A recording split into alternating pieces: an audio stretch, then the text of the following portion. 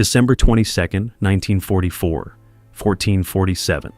SS Obergruppenführer Sepp Dietrich stood by a map in his command post in L'Église and smiled. His 6th SS Panzer Army had advanced 60 kilometers deep into American defenses. In front of him lay reports of panic among enemy troops, of entire divisions retreating in disorder. "Americans are not soldiers," he told his chief of staff. "They are merchants playing at war. When it comes to real battle, they run." 800 kilometers to the south, in the town of Nancy, General George Patton looked at the same map, but his face showed not smugness, but cold fury. His Third Army was preparing for the most incredible maneuver in modern military history. "In 48 hours, Patton told his commanders, "we will pivot the entire army 90 degrees and strike a blow the Germans will never forget." 4 days later, Dietrich was no longer smiling. His invincible SS army was encircled, and the Americans he had so despised were writing new rules of blitzkrieg. This is the story of how Mockery turned into nightmare, and how Hitler's greatest gamble became Patton's greatest triumph. On December 16, 1944, at 05:30 a.m., the silence of the Ardennes forests was shattered by the thunder of 1,000 guns. Operation Wacht am Rhein, Hitler's last desperate attempt to change the course of the war, had begun.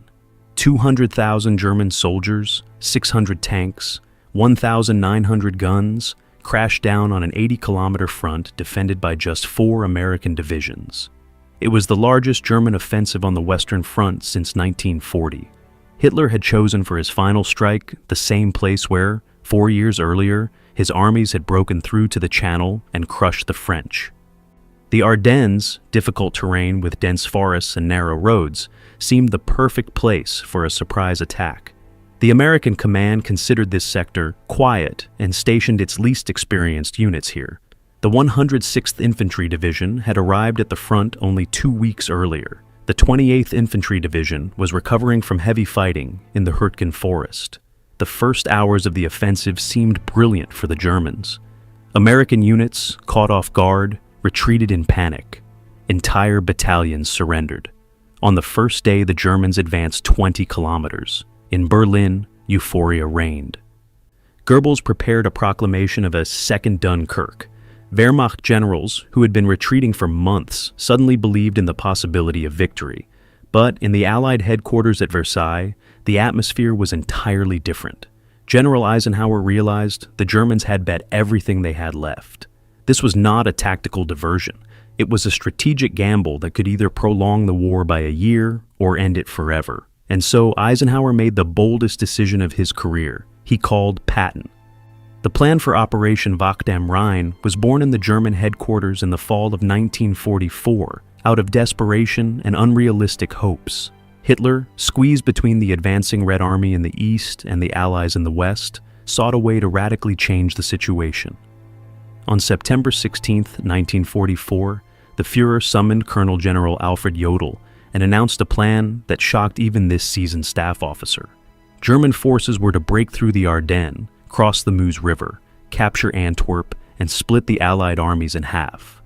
"If we manage to take Antwerp," Hitler said, tracing his finger across the map, "the British and Americans will be divided. They'll have to make a separate peace with us, and then we can throw everything against the Bolsheviks." The plan looked grandiose on paper. 3 armies, the 5th and 6th SS Panzer armies plus the 7th Army, were to cover 150 kilometers to Antwerp in just 4 days. For this, Hitler concentrated the Reich's last strategic reserves, 12 panzer divisions, including the most elite SS units, but Jodl and other generals saw obvious problems. The Germans lacked fuel. Each panzer division had ammunition and supplies for only 150 kilometers. The Luftwaffe could field at most 800 aircraft against 4,000 Allied. And most importantly, the Americans were no longer the inexperienced novices defeated at Kasserine in 1943. Field Marshal Gerd von Rundstedt, nominal commander of the Western Front, called the operation a grand fantasy. Field Marshal Walter Model, who had to command the offensive directly, asked to scale it down, but Hitler was adamant. "This operation is our last chance," he said. "Either we break the Allies now, or we lose the war entirely." Preparation for the operation proceeded in strict secrecy. The codename Wacht am Rhein, Watch on the Rhine, was intended to create the impression that the Germans were preparing for defense, not attack. Troop movements took place only at night. Radio communication was forbidden. Officers swore oaths of silence under threat of execution. By December 15th, the Germans had concentrated 200,000 men, 600 tanks and assault guns, 1,900 artillery pieces in the Ardennes. It was the largest concentration of German forces on the Western Front since the Normandy invasion. Facing them, the Americans had only 83,000 soldiers in 4 divisions. The U.S. command considered the Ardennes too difficult for large-scale operations. General Troy H. Middleton's 8th Corps held the sector with green and battered units. German officer Troy Führer von Freytag described the mood in American trenches before the attack. The Yanks played cards, listened to jazz on the radio, and dreamed of Christmas at home. They had no idea what awaited them.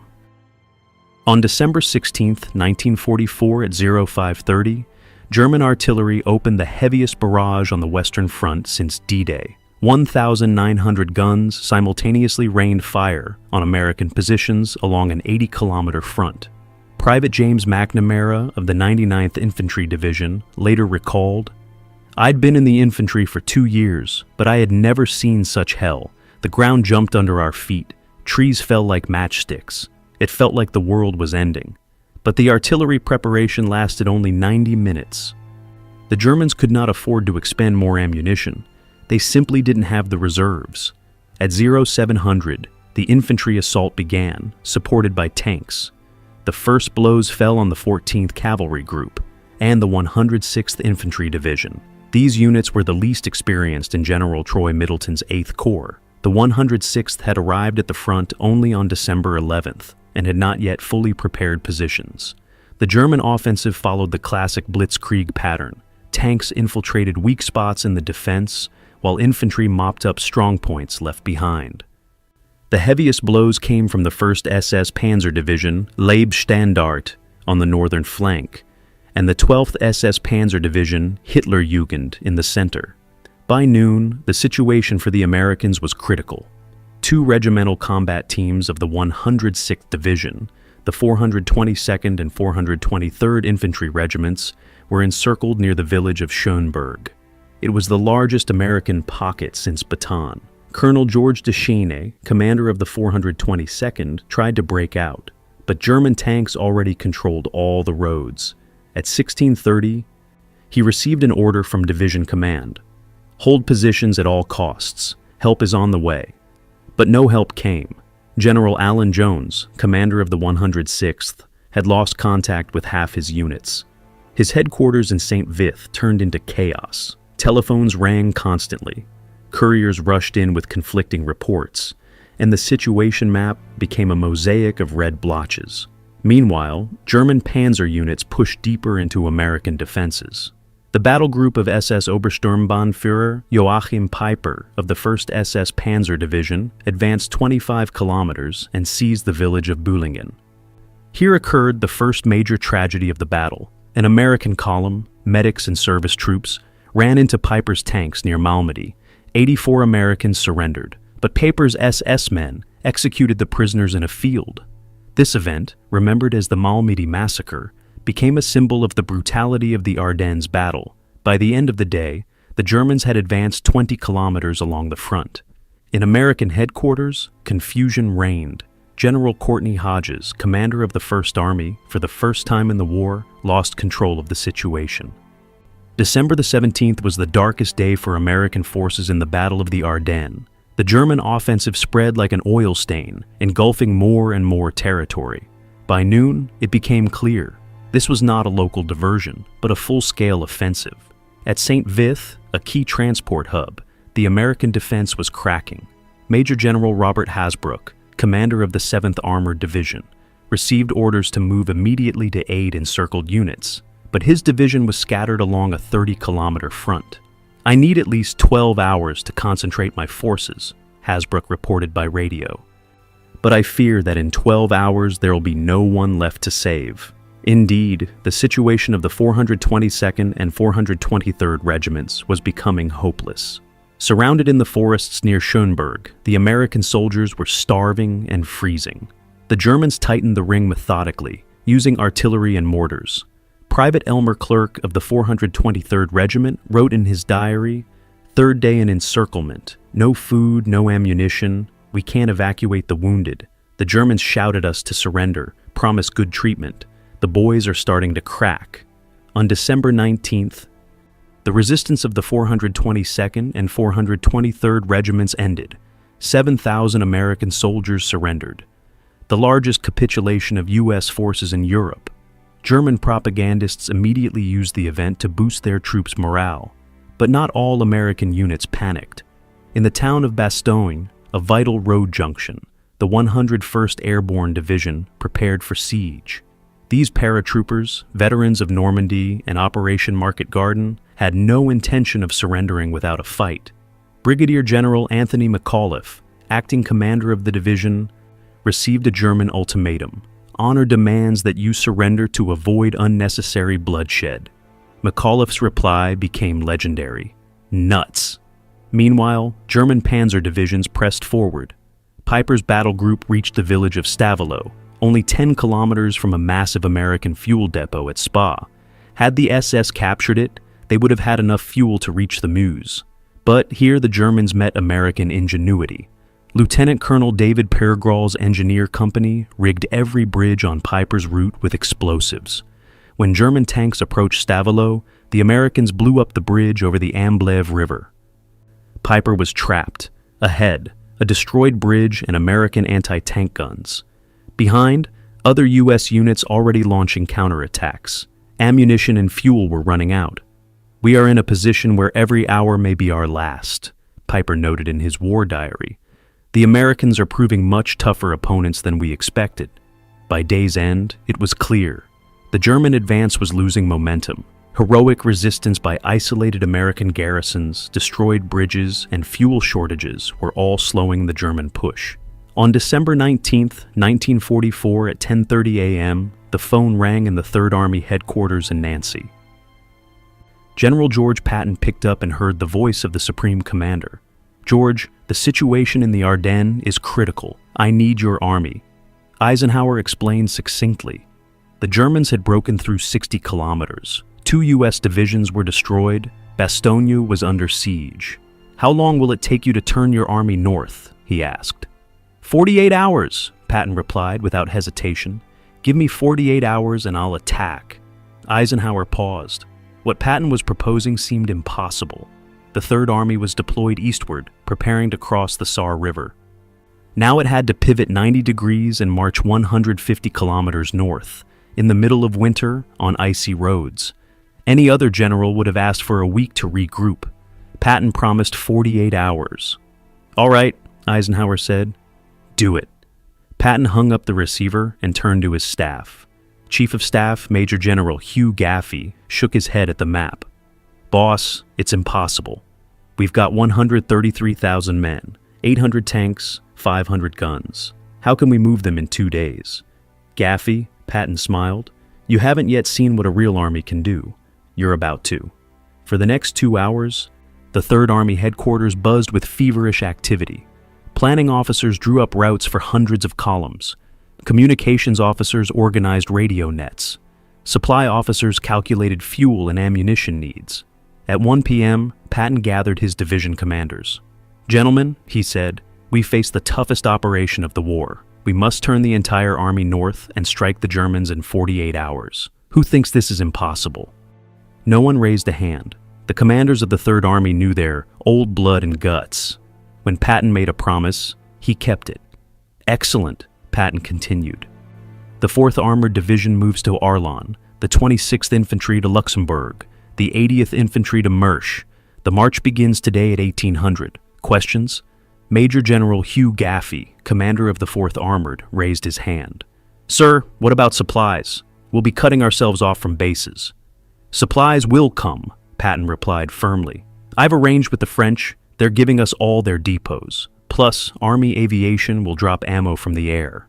At 1800, Patton's Third Army began the fastest redeployment in modern military history.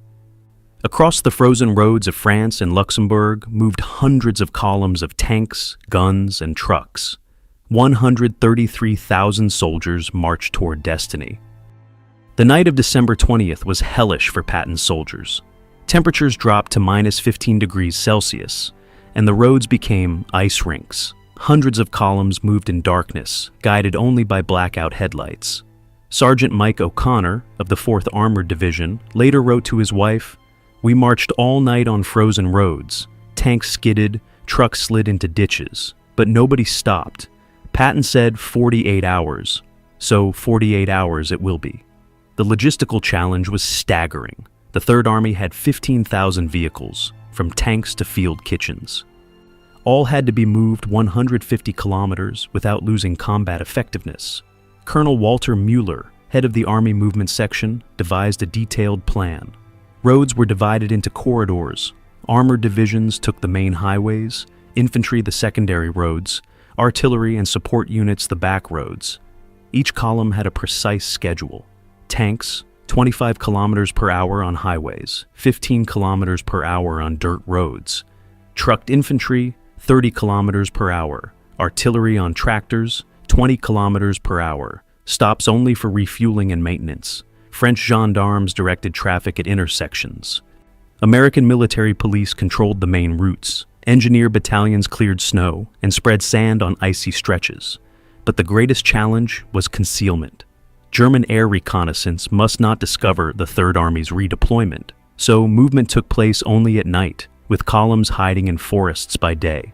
On December 20th at 1400, the first units of the 4th Armored Division reached the area of Ardennes, only 30 kilometers from Bastogne. It was fantastically fast, 150 kilometers in 20 hours. Major General Gaffey immediately set up his command post and radioed Patton, "Sir, the vanguard is in place, ready for battle." "Excellent, you," Patton replied. "Now show the Germans what American speed really means." Meanwhile, the 26th Infantry Division of General Willard Paul reached positions near Luxembourg City. The 80th Infantry Division of General Horace McBride assembled in the Mersch area. In 36 hours, Patton had moved 133,000 men and 15,000 vehicles. It was the fastest strategic redeployment of an army in all of World War II. German command had no idea that an entire army was approaching from the south, but Patton had no intention of stopping. On December 21st at 0600, he gave the order, "We attack today. No artillery preparation, no probing attacks. Just forward and tear their guts out."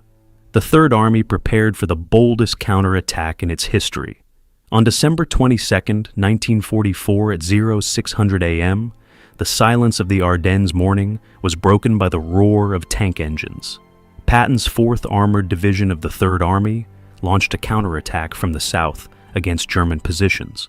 Major General Hugh Gaffey deployed his division in classic formation, tank battalions in front, motorized infantry on half-tracks behind them, self-propelled artillery on the flanks.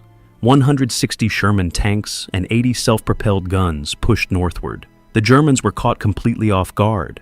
SS Obergruppenführer Sepp Dietrich, who only yesterday had mocked the American shopkeepers, now frantically tried to shift reserves to meet the new threat. "Where did they get an entire army?" he shouted over the radio to his chief of staff. 3 days ago, they were running in panic, and now they're attacking with 3 divisions at once. The first clash took place near the village of Martelange. The German 5th Parachute Regiment had dug in among stone houses and prepared to repel a frontal assault. But the Americans attacked differently than the Fallschirmjäger expected. Instead of striking head-on, Sherman tanks split into small groups and encircled the village from 3 directions simultaneously. Self-propelled M7 Priest howitzers fired direct rounds into buildings while infantry advanced under cover of smoke screens. Within 2 hours, Martelange was liberated. German losses: 340 killed and wounded, 180 captured. American losses: 23 killed and 67 wounded. The casualty ratio spoke for itself, but the greatest effect was psychological. German soldiers, who only yesterday had felt like victors, suddenly realized they were the ones being attacked, and attacked so quickly and decisively that resistance seemed futile. SS Untersturmführer Heinrich Stolz of the 12th SS Panzer Division wrote in his diary, "The Americans attack like madmen. Their tanks are everywhere, in front, on the flanks, behind. It seems they have endless reserves. We have only what remains after 5 days of assault." By noon, the 4th Armored Division had advanced 8 kilometers and reached the approaches to Bastogne. Here the Americans faced heavy resistance. The Germans rushed in the 15th Panzergrenadier Division and the 5th Parachute Division. The fiercest battle of the counterattack began. German Panthers and Tigers clashed with American Shermans in open terrain. Technically, the German tanks were superior, but the Americans had the advantage in numbers and, most importantly, logistics. When a German tank was knocked out, its crew often had nowhere to retreat. When an American Sherman was lost, another rolled forward within an hour. Patton's supplies of fuel and ammunition seemed inexhaustible. Captain James Levison, a tank company commander, recalled, "We lost 12 tanks in one day, but by evening we received 15 replacements. The Germans lost 8 and got none. The arithmetic of war was on our side." By the end of December 22nd, the German ring around Bastogne was pierced from the south. The 4th Armored Division established a narrow corridor to the besieged stronghold. The 101st Airborne Division was saved.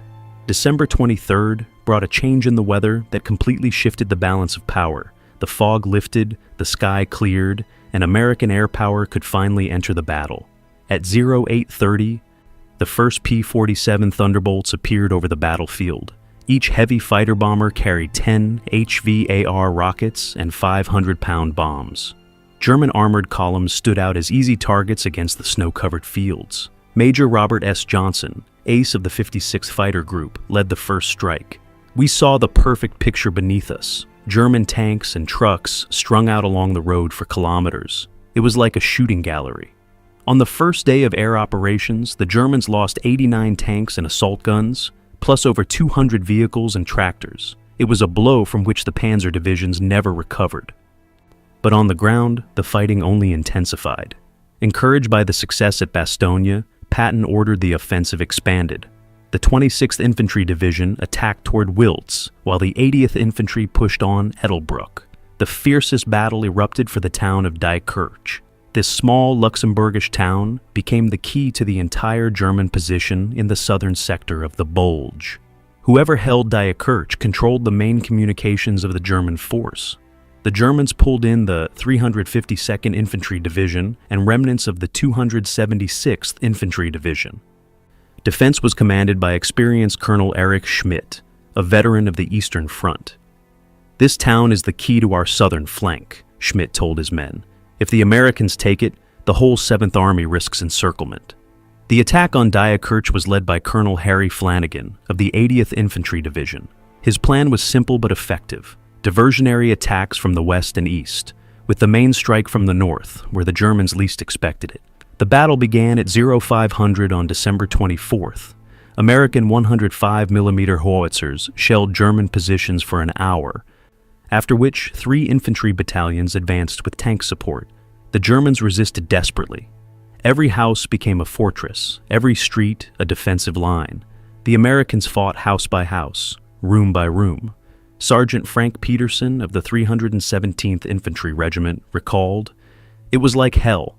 The Germans sat in cellars with machine guns and Panzerfausts. Any room could be your last.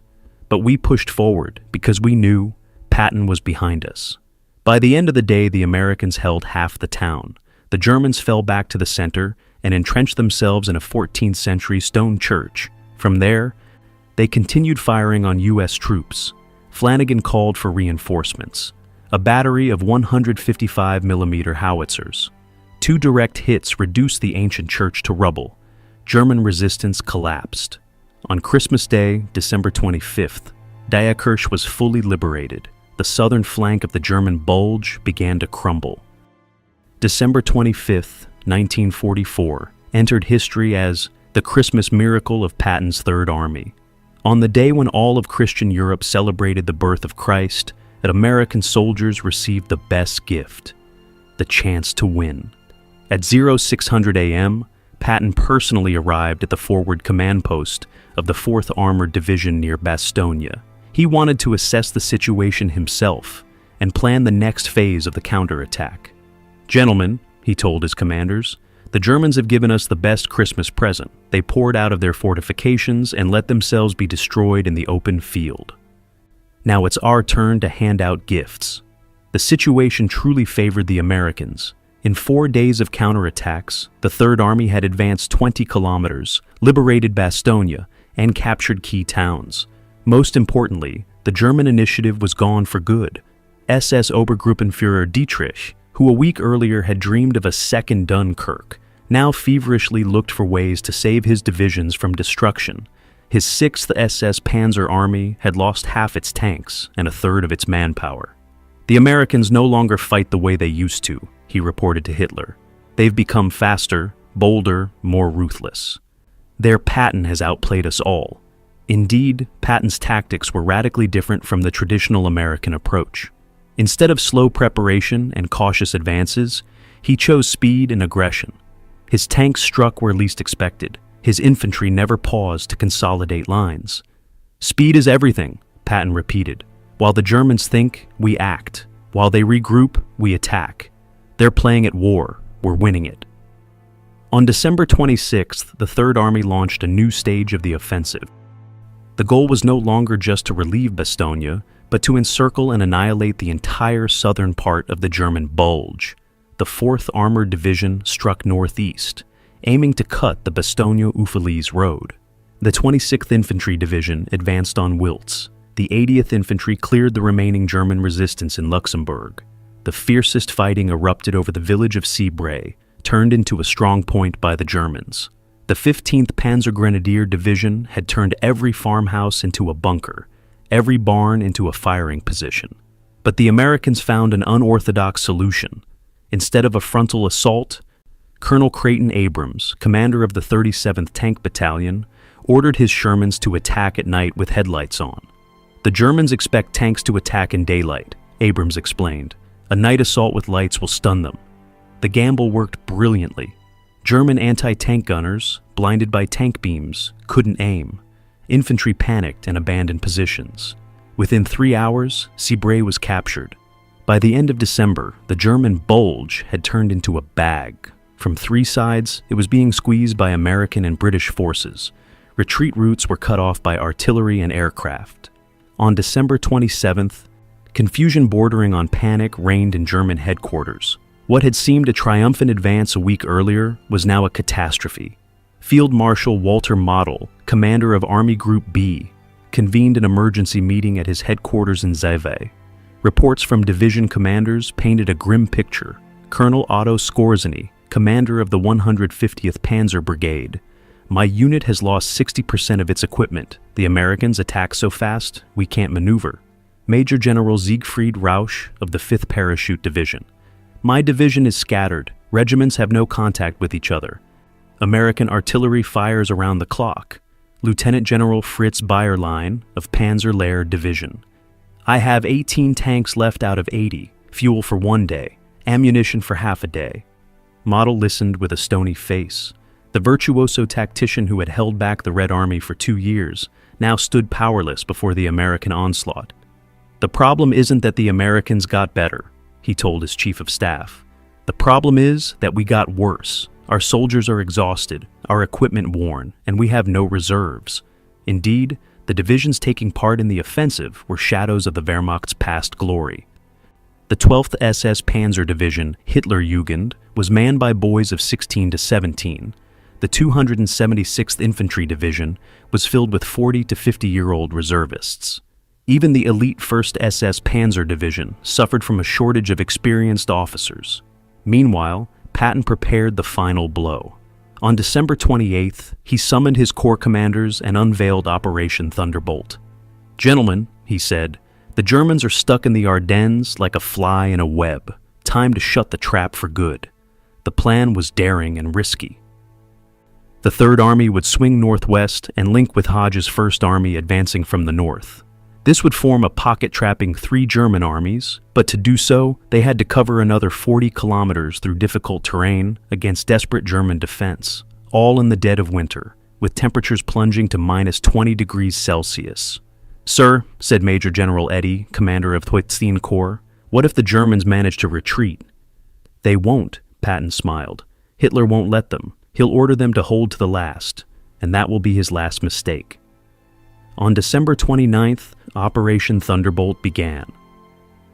3 corps of the 3rd Army struck northwest.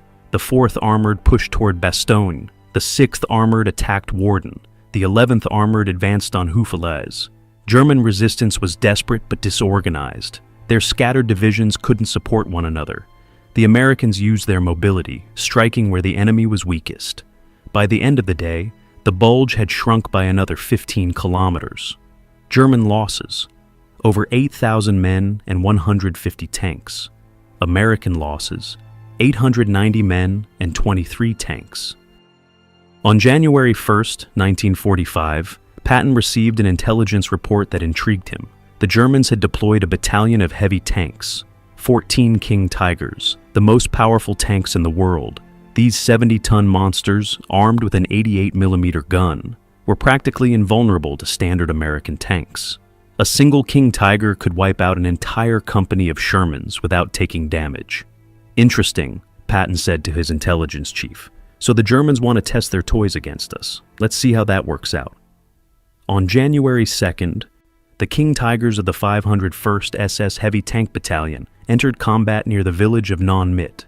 Opposing them was the 8th Tank Battalion of the 4th Armored Division, 17 Shermans under Lieutenant Colonel Jenk Richardson. On paper, it looked like David versus Goliath. The Sherman weighed 32 tons and mounted a 76mm gun, effective against a King Tiger only at less than 500 meters. The King Tiger could kill a Sherman at 2,000 meters, but Richardson was a veteran of the African campaign.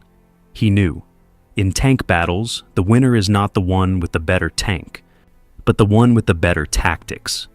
"Listen carefully," he told his crews over the radio. "We won't fight them head-on. We'll hunt like wolves, in a pack, fast, unexpected." Richardson split his battalion into 4 groups of 4 tanks each. One group would draw German fire with a frontal demonstration. The 2nd and 3rd would flank. The 4th would strike from the rear. The battle began at 14:30. The German Tigers, positioned on a hill, methodically destroyed American tanks. In 5 minutes, they knocked out 3 Shermans without loss. But then, the American tactic worked. While the Germans focused on the frontal group, the flanking group struck their weaker side armor. The side armor was far less resistant than the thick frontal plate. The result stunned even the Americans. In 40 minutes, they destroyed 8 King Tigers while losing 6 Shermans. The cost ratio was staggering. 1 King Tiger was worth 5 Shermans. Most importantly, it was a crushing psychological blow. The Germans' most powerful weapon was not invincible after all. The Americans proved that even technical superiority doesn't save you if the enemy outthinks you. SS Obersturmbannführer Johann Pfeffer, commander of the 501st Battalion, radioed, "The Americans fight completely differently now. They are smarter, faster, bolder. Our Tigers were beaten not by machines, but by tactics." On January 3rd, Patton personally inspected the wrecks. Walking among the smoldering hulks of King Tigers, he uttered the phrase that became famous. "It doesn't matter how big and powerful your tank is. What matters is who sits inside." On January 8, 1945, Hitler finally made the hardest decision of his military career. He authorized a retreat from the Ardennes. 22 days of bloody fighting had shown that Germany's last gamble had failed. But the German retreat was no less dramatic than the offensive. Under constant attacks by American aircraft and artillery, trudging along icy roads, abandoning equipment and severely wounded men, 3 German armies struggled back toward the Siegfried Line. Patton had no intention of letting the Germans withdraw peacefully. "They came as uninvited guests," he said. "Now, let them pay for it." On January 9th through 10th, the 3rd Army struck at retreating German columns. American aircraft operated day and night, turning German marches into bloody nightmares. Major Gerhard Engel of the 12th SS Panzer Division wrote in his diary, This isn't a retreat, it's a rout. Wrecked vehicles everywhere, bodies everywhere. American planes hunt us like rabbits. Discipline is collapsing. On January 16th, the spearheads of the U.S. 3rd and 1st Armies met near Houffalize. The Bulge was eliminated. The Battle of the Ardennes ended in complete Allied victory. The results were catastrophic for Germany. The Wehrmacht lost 67,000 men, killed, wounded, or captured, 700 tanks and assault guns, and 1,600 aircraft. These had been the Reich's last strategic reserves. American losses were 19,000 men and 733 tanks. But unlike the Germans, the U.S. could replace such losses in a matter of weeks. Field Marshal Rundstedt, assessing the outcome of the battle, uttered the phrase that became the epitaph of the Third Reich. After the Ardennes, we have no resources left for strategic operations. From now on, we can only retreat and await the end. But the worst blow for Germany was not material, but moral. Their final attempt to change the course of the war had collapsed with a crash. Wehrmacht soldiers who, in December, still believed in possible victory, now knew. The war was lost for good. Patton, by contrast, was at the peak of glory. In 26 days of fighting, his Third Army had marched 150 kilometers, destroyed 4 German divisions, and liberated dozens of towns. On January 16th, Eisenhower personally visited the Third Army headquarters to congratulate Patton. "George," he said, "what you did in the Ardennes will go down in history as one of the greatest feats of the U.S. Armed Forces." When the Battle of the Ardennes ended, it was time to take stock and analyze the mistakes. Why did Germany's last gamble fail so catastrophically? Why were armies that had once triumphed on every front now powerless against the Americans? The chief error of German command was underestimating the enemy. The Wehrmacht, accustomed to victories from 1939 through 1942, failed to realize that the U.S. Army of 1944 was fundamentally different from the novices of 1942 through 43. Major General Kenneth Strong, Eisenhower's chief intelligence officer, conducted a detailed analysis of German planning for Operation Wacht am Rhein. His conclusions were striking. The Germans planned this operation using the logic of 1940. They expected the Americans to panic and retreat like the French had 4 years earlier. But the Americans of 1944 were entirely different soldiers. Indeed, in 2.5 years of war, the U.S. Army had developed enormously. Officers had gained experience in Africa, Italy, and Normandy. Soldiers had learned to fight as well as the Germans. American technology and logistics had reached unmatched levels of efficiency. The Germans also underestimated the nature of the Americans themselves. Unlike Europeans, long accustomed to rigid hierarchy, Americans were used to initiative and independence. When a commander was killed, a sergeant took command. When the sergeant fell, a private stepped up. This trait proved decisive in the chaos of the Ardennes. German soldiers, cut off from their command, often lost the will to fight. Americans, in the same situation, only fought harder. American technological superiority also played a crucial role. By 1944, U.S. industry was at its peak. A lost tank could be replaced within hours, a downed plane within a day, a fallen pilot within a week. The Germans, in contrast, were fighting at the limits of their resources. Each Tiger tank lost was irreplaceable.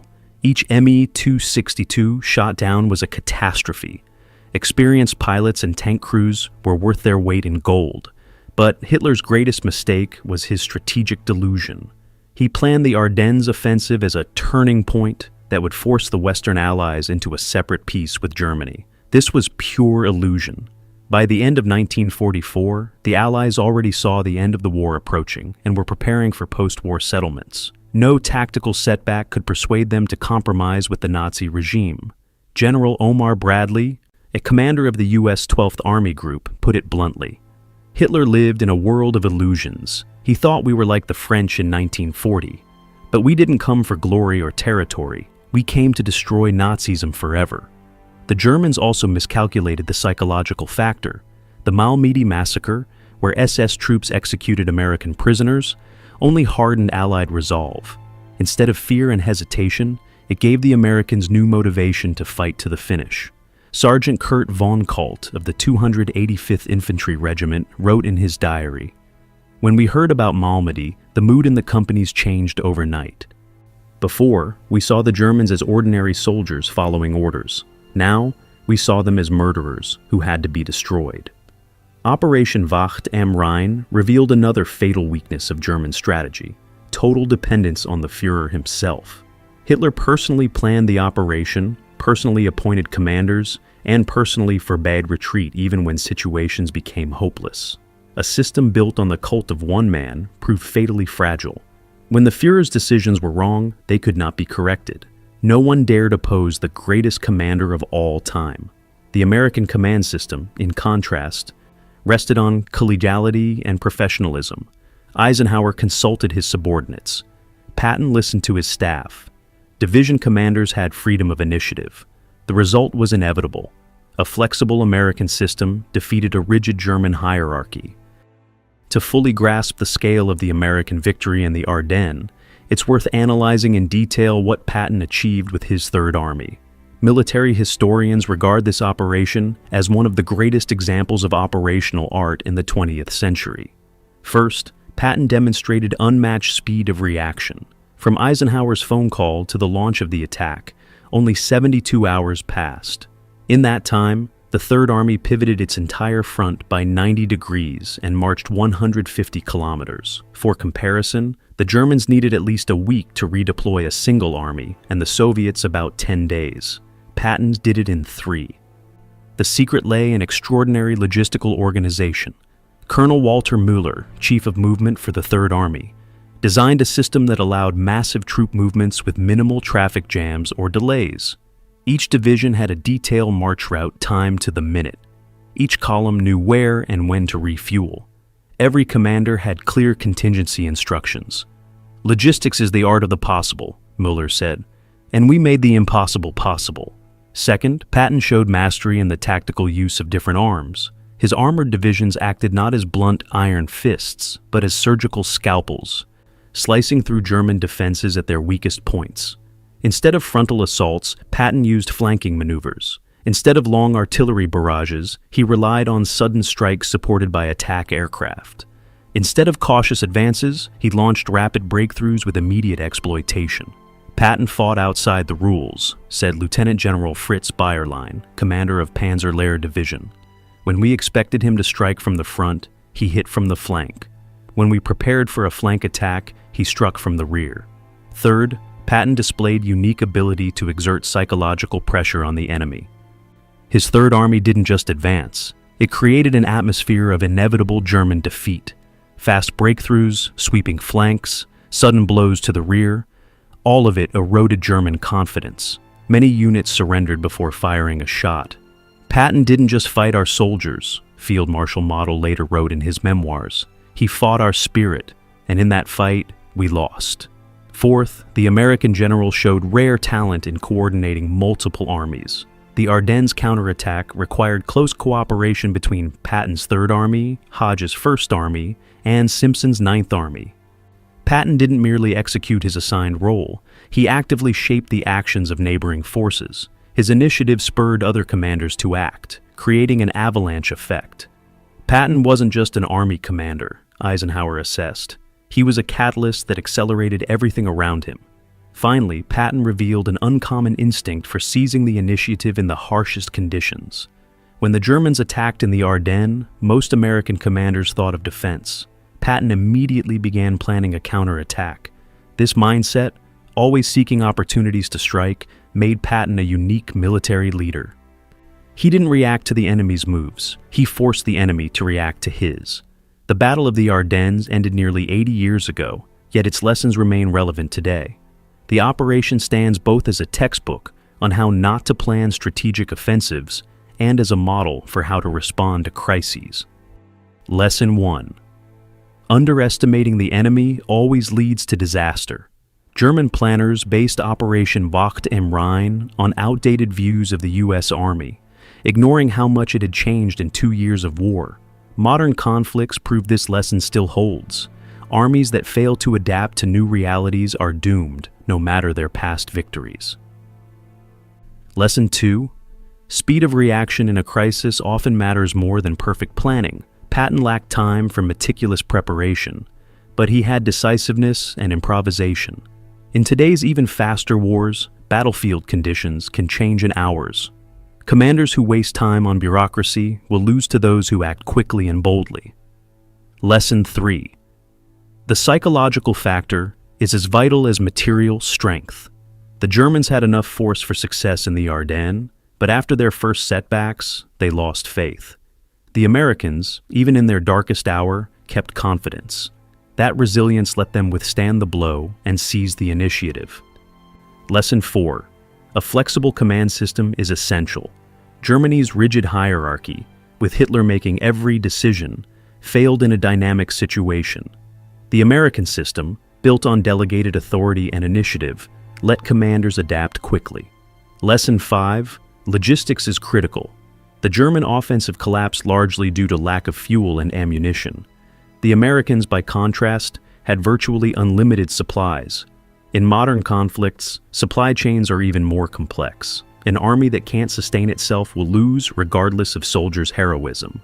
Lesson 6. Technological superiority matters. By 1944, U.S. Boeing's economic advantage lay not only in weapon quality, but in mass production and effective use. Lesson 7. Strategic maturity of leadership is decisive. The Americans saw war as more than battles. It was about destroying Nazi ideology. This vision allowed them to maintain coalition unity even in crisis and fight through to victory. The Ardennes was Germany's last great attempt to alter the war's course. Its failure meant the fate of the Third Reich was sealed. The road to Berlin lay open. When the last fighting in the Ardennes ended in January 1945, it was clear. The world had changed forever. The operation that was supposed to bring Germany a second Dunkirk had become its final disaster. The irony was that German mockery of the Americans became the catalyst for their own defeat. Contempt for the enemy, belief in their own superiority, dismissal of American capabilities. All this led to strategic blindness. On December 16, 1944, SS Obergruppenführer Sepp Dietrich had real reason for optimism. His divisions broke through American defenses. Thousands of enemy soldiers surrendered, and the road to Antwerp seemed open. But by December 22nd, that same Dietrich was desperately trying to save what remained of his army. Thus, American merchants had proved such formidable warriors that even elite SS units could not withstand them. What had happened in those 6 days? How did an army retreating in panic seize the initiative and strike a devastating counterblow? The answer: the Germans fought against outdated perceptions, not reality. Their image of the U.S. Army was 2 years out of date. In that time, the Americans had gone from raw novices to professional soldiers. More importantly, the Americans proved a principle. In modern war, victory goes not to those with the proudest traditions, but to those who adapt fastest to new conditions. The German army, burdened with immense historical experience, proved too conservative. The American army, free of dogma and stereotypes, developed new approaches to combat. Patton became the symbol of this new American philosophy of war. His Third Army fought not by academy canon, but by the logic of effectiveness. The goal was results, not adherence to tradition. "I'm not fighting German generals," Patton said. "I'm fighting German soldiers, and my soldiers are better than theirs." This philosophy proved victorious. In 3 weeks of fighting in the Ardennes, the Americans not only repelled the German offensive, they showcased a new model of warfare that became the standard for future conflicts. Speed, flexibility, technological superiority, mastery of logistics, and psychological impact on the enemy. All these elements were united for the first time in one system in the Ardennes. The Germans, by contrast, revealed the danger of clinging to past glories. Blitzkrieg, so effective in 1939 through 41, failed against an enemy that had learned how to counter it. Operation Wacht am Rhein became the swan song of the old European school of war. After the Ardennes, it was clear the future belonged to those who changed quickly and dared to experiment. The American victory in the Ardennes had immense symbolic weight. It proved to the world that the United States was not only an industrial giant, but also a great military power. The European balance of power was changed forever. The era when Europe's armies decided the continent's fate had ended. The American era had begun, and it continues still. The Battle of the Ardennes ended nearly 8 decades ago, yet its echo still resounds. It was not merely a military victory, but a symbol of an epical shift, the transition from the old world to the new.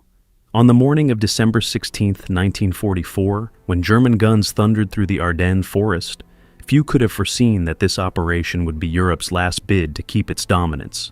Germany, heir to centuries of military tradition, wagered everything it had left. Facing it stood the young American army, a force from a country that only 40 years earlier had fought native tribes, but now laid claim to global leadership. The result shocked everyone, including the Americans themselves. In 26 days of combat, it became clear. The future belonged not to those with the longest history, but to those who learned and adapted fastest. Patton and his soldiers revealed a new understanding of war. For them, war was not an art, but a technology. Not ritual, but process. Not a display of national spirit, but a means to achieve concrete goals. This pragmatic philosophy proved stronger than romantic visions of glory. The Americans fought not to prove superiority, but to finish the war quickly and go home. Paradoxically, that unpoetic motivation made them unstoppable. While Germans dreamed of grand victories, Americans methodically dismantled the German war machine, piece by piece. German jokes about American merchants turned out prophetic in an unexpected way. The Americans did approach war like merchants, with calculation, planning, attention to detail, and a drive for maximum efficiency. The result speaks for itself. The merchants crushed the warriors. Technology beat tradition. The future outplayed the past. The Battle of the Ardennes became a moment of truth for Western civilization. It showed leadership passing from the old world to the new, from Europe to America, from aristocracy to democracy. This transition was inevitable, but in the Ardennes, it found dramatic completion. When the last German tanks rolled back toward the Siegfried Line, an entire era rolled back with them. A new era had begun, the American era, the age when world politics was shaped by a nation whose soldiers only yesterday seemed to Europeans like untested amateurs. The irony was that the Germans themselves hastened the process. Their Operation Wacht am Rhein was meant to restore German leadership in Europe. Instead, it handed that leadership to America forever. Looking back at those dramatic days of winter, 1944 to 45, one sees that the Ardennes determined not just the outcome of World War II, but the shape of the century that followed. Patton and his men did more than defeat the German army. They unveiled a new way of thinking, a new culture of warfare, a new method of solving global problems. That legacy endures today. Modern conflicts still echo the principles first applied by Americans in the Ardennes: speed, technological edge, logistical precision, psychological impact. The Battle of the Ardennes changed the face of war forever, and that is its enduring lesson. Was this lesson good for humanity? History has yet to answer, but one thing is beyond doubt. In December 1944, in the Ardennes forests, a new world was born, a world we still live in today.